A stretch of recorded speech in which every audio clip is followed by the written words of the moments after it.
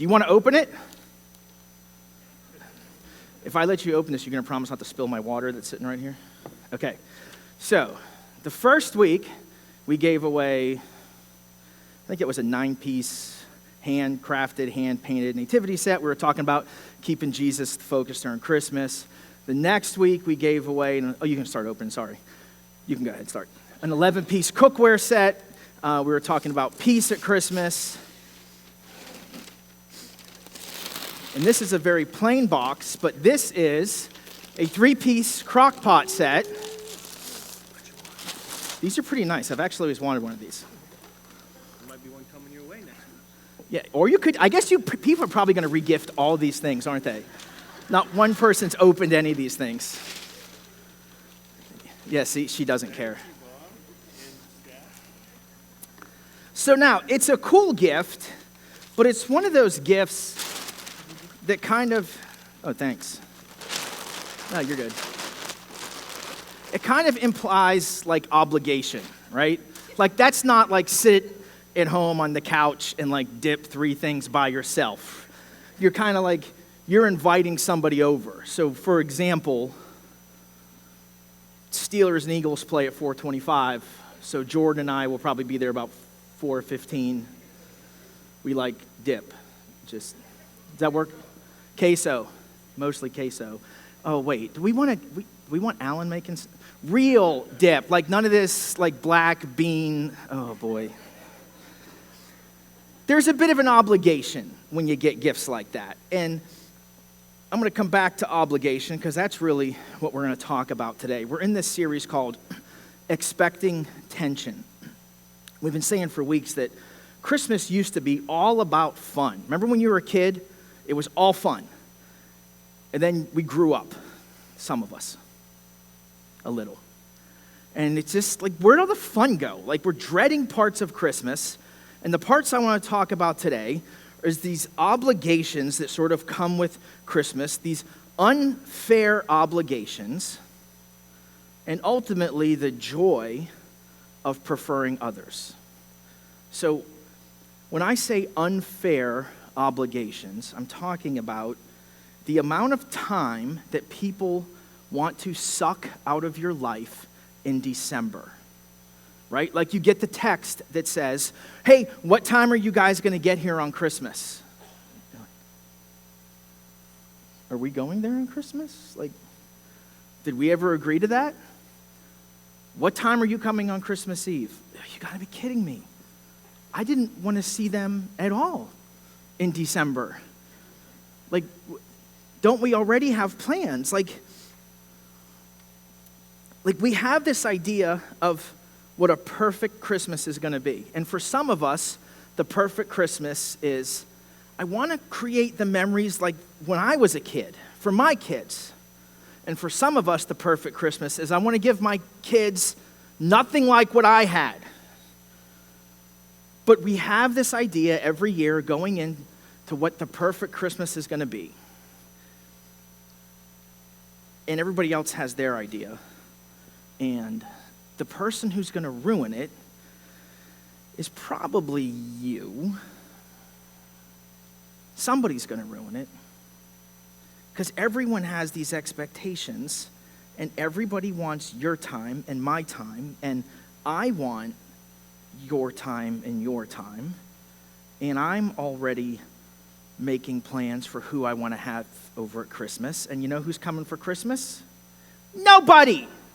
Because they've already made their plans. So now I have to have Christmas on the 28th. And all that was happening while I was writing this sermon about preferring others. God thinks he's so funny.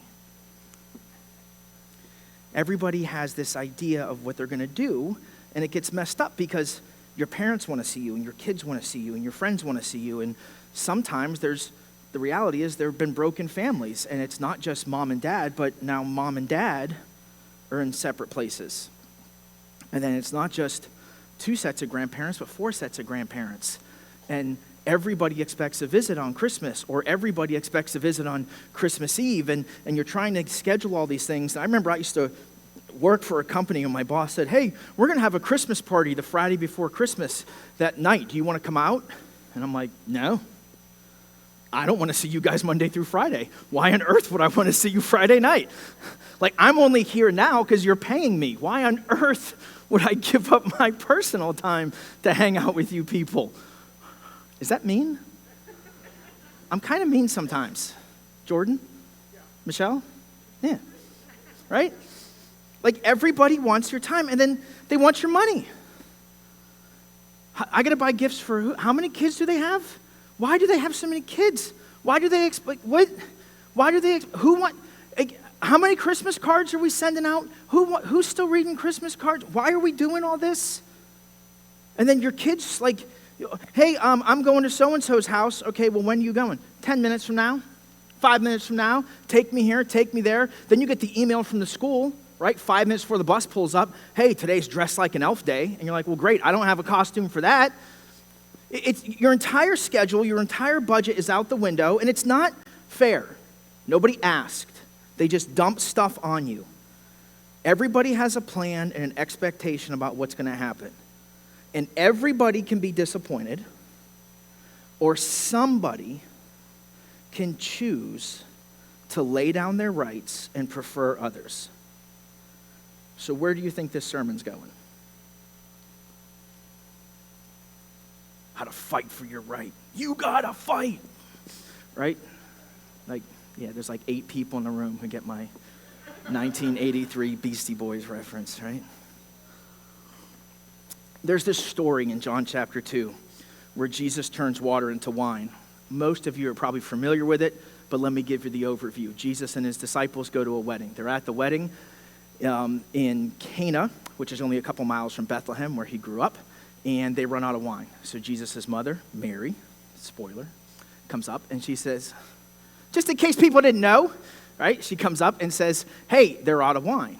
And Jesus is like, well, womp womp, like, that's too bad, like, what do you want me to do about it, really, is what he says. And she's kind of like, well, yeah. And he's like, Mom, like, it's very early in his ministry. He's like, it's not my time. We're not going to do anything. And she's like, So he says to the servants, fill those jars with water. They fill them with water. He says, scoop some water. Take it up to the headmaster's table. They take the water up. The guy takes a sip out of it. He's like, holy cow, this is the best wine I've ever had. And he looks at the groom and he says, dude, normally people serve the good wine first, wait till everybody gets hammered, and then they serve. It's hammered in the Greek. They wait till everybody gets hammered, and then they serve the cheap stuff, but you save the good stuff for the end. This is like Jesus' first miracle. He turns water into wine. So if you're a teetotaler, I'm sorry, he made wine. That's the way it works. That was his first miracle. And I wonder, even though it's not written, if when it was over, he got like a smile and a hug from his mom, because his mom asked him to do something. And that's kind of where I want to start today. So let's look at that story. And we're just going to talk about the interaction with Jesus and Mary. We're not really going to talk about the whole point of that miracle, because I just thought this was really interesting. So there's a wedding in Cana. Jesus also was invited to the wedding with his disciples. And when the wine ran out, the mother of Jesus said to him, they have no wine. And Jesus said, woman. It's not. It's a very loving woman. Teenagers, next time your mom says to do the dishes, say, woman, what does this have to do with me? And please record it. Empty the dishwasher. Woman, what does this have to do with me? Please post that on YouTube. Woman, what does this have to do with me? Like, Mom? Now, just that statement, they're out of wine, is filled with expectation, okay? She's not coming to him with just the gossip of the day, okay? And Jesus fully understood what she was asking, because his response is, my hour has not yet come, right? This is a huge ask. She's not saying, can you run down to the state store, right? There's no state store. She's not saying, can you send your guys to go get some wine. Like all the other moms aren't sending all the other kids to go look for wine. She's coming to him like, can you, do something about this. She doesn't know what he's going to do, but she knows that he can do something.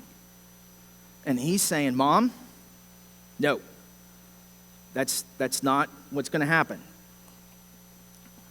And there's no, conversation. Like, Mom, my hour has not yet come. And then the next thing she says to the servants is, do whatever he tells you. So there's just like this, she stares at him, he stares at her, she stares at him, he stares at her. And then there's this unspoken, like he gives in. Now, it's 100% not fair. She shouldn't be doing this to him. She should not be dumping this on him. When he said, what is this, my concern? Like, he's saying, it's not your concern, it's not my concern, it's not time to start doing miracles, it's not in the plan. I know that you know. And yeah, we're only a couple miles from Bethlehem, and maybe you have a reputation of being the unwed mother who got pregnant, and maybe you want vindication, or maybe you're close with this family, whatever, right? But Mom, it's not the time, and she's just kind of putting this obligation on Jesus. He says it's not the right time. It's not his time, it's not his problem. Now, here's something that's really cool. Either he was lying and it wasn't his time, or this really wasn't in God's plan, and Jesus did something really nice for his mom and just changed the plan. Isn't that awesome? That God will change the plan? It's because he loves you? Because he loved his mom? Right? Like, it didn't change the course of history. It didn't throw everything off. He loves his mom. He's like, Mom, it's not my problem. Mom, it's not your problem. Who's got a mom that just loves everybody and makes everybody's problem her problem, right? Come on, who's got a mom like that? Yeah, Emmy Beeler, put your hand up, right? Right? They just love everybody and they're going to fix everybody's problem. And he's like, Mom, it's okay. You don't have to go around solving everybody's problem. But if it's not time to do miracles, it's not time to start, why did the King of Kings humble himself and create wine out of water?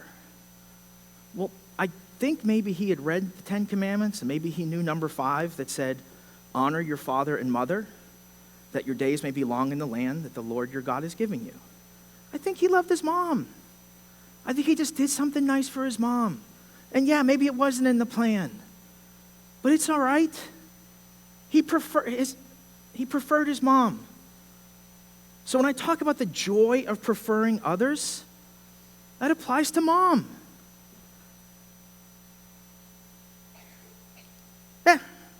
And Dad. Let's say parents, right?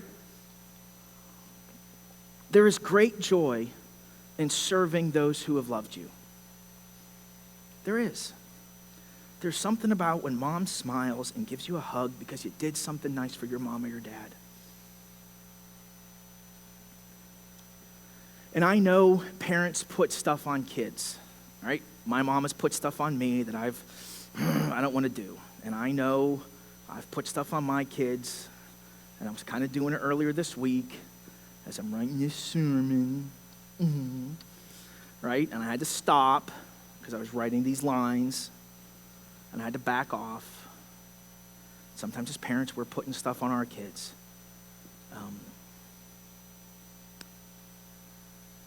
But if you ask someone whose mom or dad isn't here this Christmas, they would say, boy, I'd lay down every preference to get one more with mom or dad.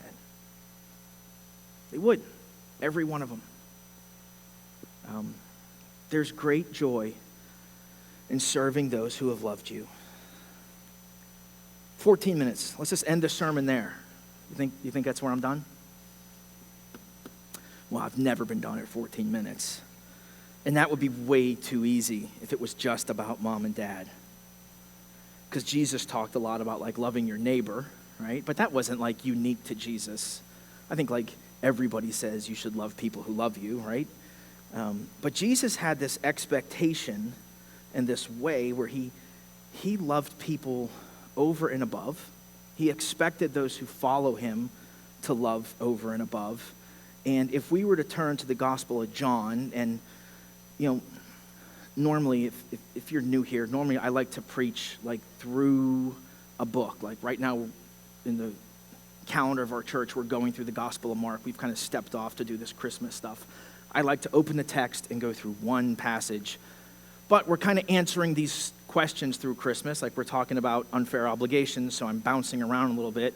So I'll put all the text on the screen for you in the Gospel of John. In John, chapters 15 through like 20, 21, are all about one conversation. Like a quarter of the book of John is about the Last Supper. So it's this huge night in John's life. And if you've got a red letter edition of your Bible, like almost the whole thing's in red. It's all Jesus talking. It must have been so big for John because so much of his gospel slows down to just a couple hours. I mean, he's covering 3.5 years worth of time, but 25% of it is just a few hours.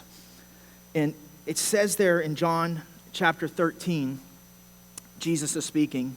He says, "A new commandment I give to you." He's just talking to the 12, really 11 at this point, because Judas has already left. "A new commandment I give to you, that you love one another. Just as I have loved you, you also are to love one another. By this, all people will know that you are my disciples, if you have love for one another." And Jesus is kind of cycling through different topics, because at the time they don't know what he knows, that he's about to get arrested, he's about to be on a cross, like he's having a rough night. He kind of comes back to this topic in John 15. He says, "Greater love has no one than this, that someone lay his life down for his friends. You are my friends if you do what I command you. No longer do I call you servants, for the servant does not know what his master is doing. But I've called you friends. For all that I've heard from my Father, I've made known to you.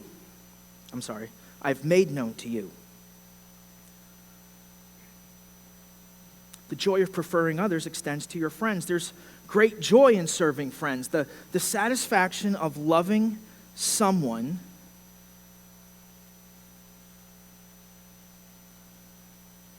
that you love. Of serving someone that you love. Now you may say, well, you don't know my friends.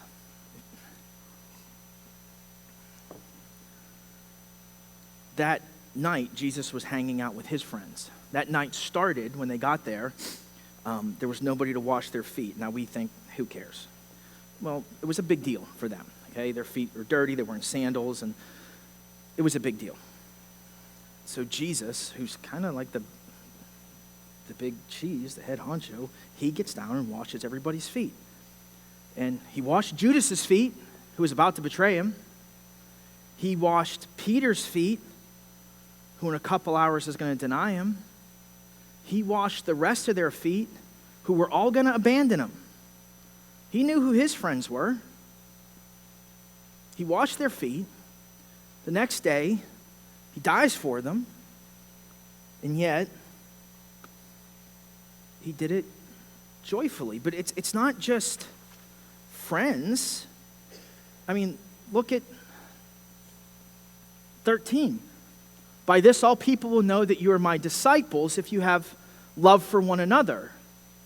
It's not just those that we call friends. It's literally the joy of preferring others, all who believe in Jesus. This extends to all Christians, all believers. There's great joy in serving the King by serving others. Jesus put others first. He expects those who follow him to put one another first. Now, that's not super convenient, because I already got to put my parents first. Now I got to put my friends first. Now I got to put other Christians first. I'm really starting to feel like I'm taking a back seat. That's going to take an awful lot of humility for a guy who's, let's just be honest, pretty arrogant already, so much so that he straps a microphone to his head to stand in front of you and talk to you all the time. But on an inconvenience scale, where does suffering and dying for someone fall in comparison to setting aside what I want to do for Christmas? Just letting go of my personal agenda, choosing to lay down my own rights, and just preferring other people. Is somebody texting me right now? Are you kidding me? Okay, seriously. That passage, that passage is about loving one another. Jesus was only talking to believers.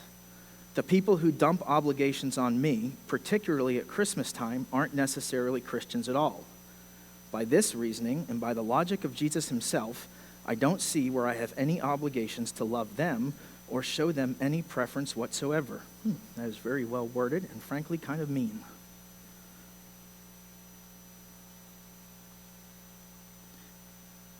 Caitlin, can you pull up Luke chapter 6, 27 through 31? I'd like to answer that. Yeah, that's right. But I say to you who hear, love your enemies. Do good to those who hate you. Bless those who curse you. Pray for those who abuse you. To one who strikes you on the cheek, offer the other also. And from one who takes away your cloak, do not withhold your tunic either.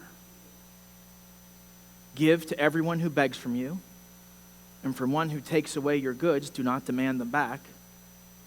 And as you wish that others would do to you, so do to them. Well, that doesn't sound like he's talking about believers at all. There's another passage in Matthew 5:41. Can you put that up there too? 43. You've heard that it was said, you shall love your neighbor and hate your enemy, but I say to you, love your enemies. Pray for those who persecute you. So it's not just your parents, your friends, it's fellow Christians. Preferring others extends to even your enemies, that there is great joy in serving those who don't like you. Clearly it was a fake text.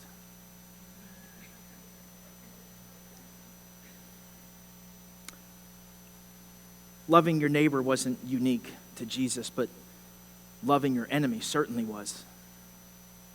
Their enemies, in context, they were living in an occupied territory. You know, they were being persecuted. They're paying taxes to a tyrannical government.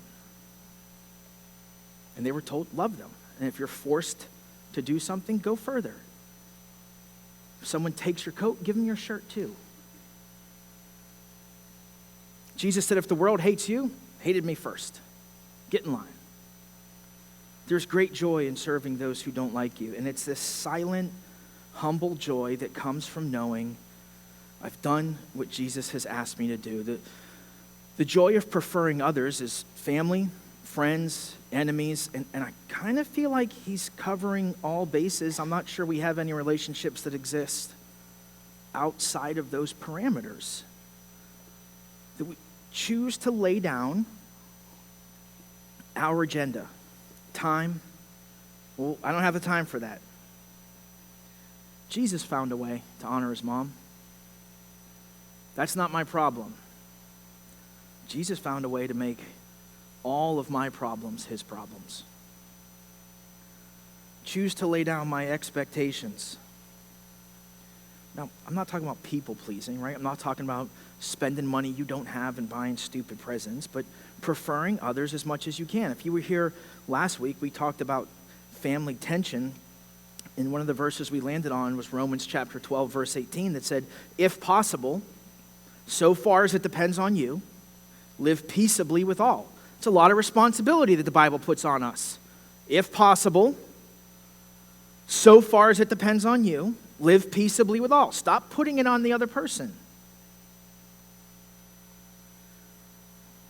Now, if I were going to anticipate a negative response. You might say, well, what about taking care of myself? And don't I, like, what about taking care of my needs? And don't I have to protect my own sanity and my own safe space? And a lot has been said recently about self-care. And let me try to say this gently from someone who admittedly struggles with saying things gently. Okay? You guys know I love you. Gentle is not my setting. Okay? A lot of what is labeled self-care is selfish care. It just is. There's way too much time spent worrying about what I need and what I want. And if we would get our eyes off of what we need and start loving, serving, and caring for others, suddenly our stuff just kind of fades into the background. That's what preferring others is about. It's about humility. Humility isn't thinking that I'm less. It's just thinking of myself less. Joy comes from caring for others. Like, think about it this way. There's no I in Christmas. Wait, dang it. That'd have been awesome, though. All right, there's no I in humility. There's two. Dang. This is harder than it looks, okay? In humility, you comes before I. Yeah, that one works. Third time's a charm. We'll stick with that one before I dig this hole any deeper. Nobody likes being humble. You know, the Bible never says to pray for humility. It just says to humble yourself.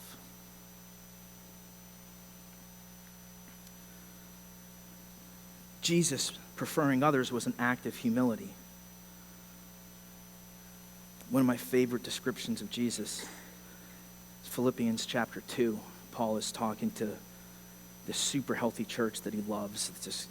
The church loves him and he loves the church, and he writes this encouraging letter. In chapter 2, he says, "Do nothing from selfish ambition or conceit, but in humility count others more significant than yourselves. Let each of you look not only to his own interests, but also to the interests of others. Have this mind among yourselves, which is yours in Christ Jesus, who," and then he writes this description of Jesus, which is so beautiful, "who though he was in the form of God, did not count equality with God a thing to be grasped, but emptied himself by taking the form of a servant. Being born in the likeness of men, and being found in human form, he humbled himself by becoming obedient to the point of death, even death on a cross. Therefore, God has highly exalted him and bestowed on him the name that is above every name, so that the name of Jesus every knee should bow in heaven and on earth and under the earth, and every tongue confess that Jesus Christ is Lord, to the glory of God the Father." I used to have that memorized. I was going to try to do it from memory. I was just too afraid to botch it. It's one of my favorite passages in the whole New Testament, in the whole Bible.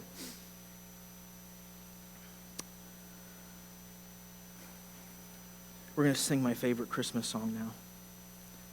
"Hark the Herald Angels Sing," written by Charles Wesley, 1739. At the time, Charles Wesley was a new believer. He's only been saved like a year, and it's super impressive because the song is a theological juggernaut among Christmas carols. When I say I hate most Christmas songs, I use that word hate in its proper context. Most Christmas carols are just a ridiculous... I like Christmas music, okay? I hate things like "Little Lord Jesus, no crying he makes." Like the silly stuff it teaches people about the Christmas story drives me nuts. But "Hark the Herald Angels Sing," my goodness. Arguably the most theologically sound Christmas song I've ever heard. Just looking at this passage, it says that Jesus, taking the form of a servant, Charles Wesley writes, "Veiled in flesh the Godhead see. Hail the incarnate deity. Jesus being born in the likeness of man. Wesley writes, mild he lay his glory by, born that man no more may die, born to raise the sons of earth, born to give them second birth.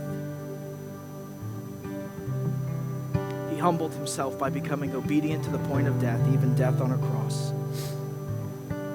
My favorite line of the whole song, God and sinners reconciled. It's the gospel. That's why he came. There was a debt that couldn't be paid, and Jesus paid it. Jesus didn't just die for his mom. He didn't just die for his friends or for his enemies. He died for all of us who have sinned. We're all responsible for that. And yet he chose, he laid his life down. He laid down his own agenda, gave up his rights. He preferred us to take on our sin and pay a debt. It's an unfair obligation. He didn't have to do it, but he picked it up. John chapter 1 says, but to all who did receive him, who believe in his name, he gave them the right to become the children of God. Romans 10:9 says, if you confess with your mouth that Jesus is Lord, believe in your heart that God raised him from the dead, you will be saved. Loving others the way Jesus loved others is a pathway for them to love Jesus. It's not just about you. It's never about you. It's never about us. You know, it was around Christmas time, 1985. I was 9 years old. My parents had separated for the 10th time. My mom took me, my brother, and my little sister and moved out of the house. And my dad wasn't a believer. And some guy from my mom's church went to visit my dad and knew he'd been living there for a couple weeks, wasn't working, spent all his money on beer and whatnot. And a guy named Bruce brought my dad a bunch of groceries. And my dad just couldn't believe that some guy from my mom's church would bring him food. He thought the guy was going to come and preach to him. Ended up becoming best friends with my dad. And my dad called my mom, and my mom, they started talking. And he said, what are you doing tonight? She said, I'm going to a prayer meeting or a church, something or other. And he said, can I go with you? And he went, and he got saved that night. Because some guy brought him groceries, because some guy loved him. Now, my dad struggled with stuff the rest of his life. Never really got a hold of that alcoholism stuff. But it all changed because Bruce showed up at the house with some groceries, because Bruce didn't have any obligation. Bruce had never met him, had no reason to love on him, but he did.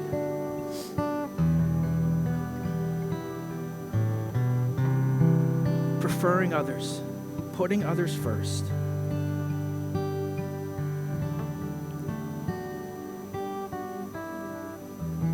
Friends, family, enemies, laying down our agenda and just loving people the way Jesus told us to love people. Let's pray.